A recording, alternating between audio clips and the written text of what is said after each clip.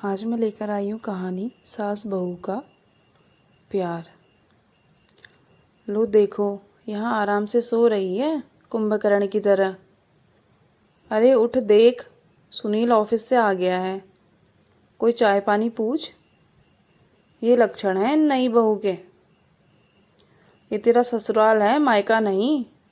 सासू माँ की आवाज़ सुनकर रेखा की नींद टूटी, जो कि गहरी नींद में सोई हुई थी। सासू माँ की आवाज़ें सुनकर आंखें मलती हुई उठकर बैठ गई। इस लड़की को अगर सही से बताया नहीं जाए तो हो गया घर का बेड़ा पार। क्या हुआ मम्मी, थकावट से आंख लग गई होगी रेखा की। सुनील माँ को समझाते हुए बोला। चुप कर, बड़ा आया बहू का पक्ष लेने वाला। तू थका हारा आया है तो उसको उठकर तुझे चाय पानी देना चाहिए या नहीं? यही फर्ज होता है पत्नियों का। मम्मी कैसी बातें कर रही हो, वही तो देती है। आज सो गई होगी तो क्या हुआ। अरे ये उसका मायका थोड़ी ही है जो। मायका तो तुम्हारा भी नहीं है सुनील की माँ।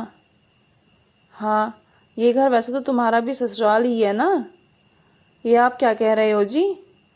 सही कह रहा हूँ। तुमने भी अपने ससुराल को अपनी मेहनत और लगन से अपना घर बनाया है, मेरी माँ और बापूजी का दिल जीत कर। वैसे ही रेखा बिटिया को भी कुछ वक्त दो। और ये क्या है, तुम्हारा ससुराल है मायका नहीं, बोलती रहती हो। जब तक तुम बहू को इस घर को अपना घर नहीं समझने दोगी, उसका मन भला कैसे लगेगा। अरे यहाँ भी उसको वैसे ही रहने दो जैसे अपने घर में रहती थी। फिर देखना, धीरे धीरे सब समझने लगेगी। अभी थोड़ी देर पहले मुझे और तुम्हें चाय देकर गई थी ना, तो हो सकता है थकावट से आंख लग गई होगी। हाँ हाँ, चढ़ा लो सिर पर तुम सब, लेकिन बाद में पछताओगे देखना, जब ये अपनी मनमानी करेगी।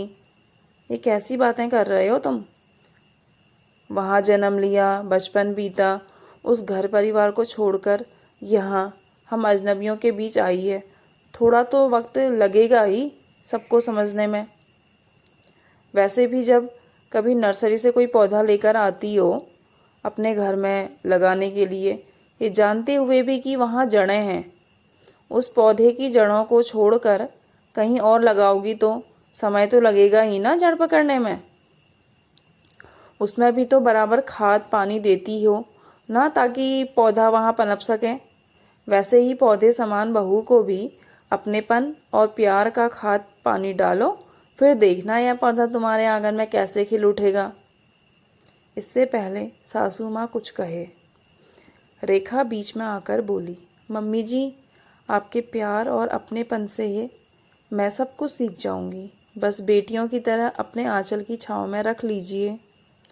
रेखा की भीगी हुई पलकों की ओर जैसे ही सासू माँ की नज़रें गई, उन्हें रेखा में अपनी शादीशुदा बेटी की छवि नज़र आ रही थी।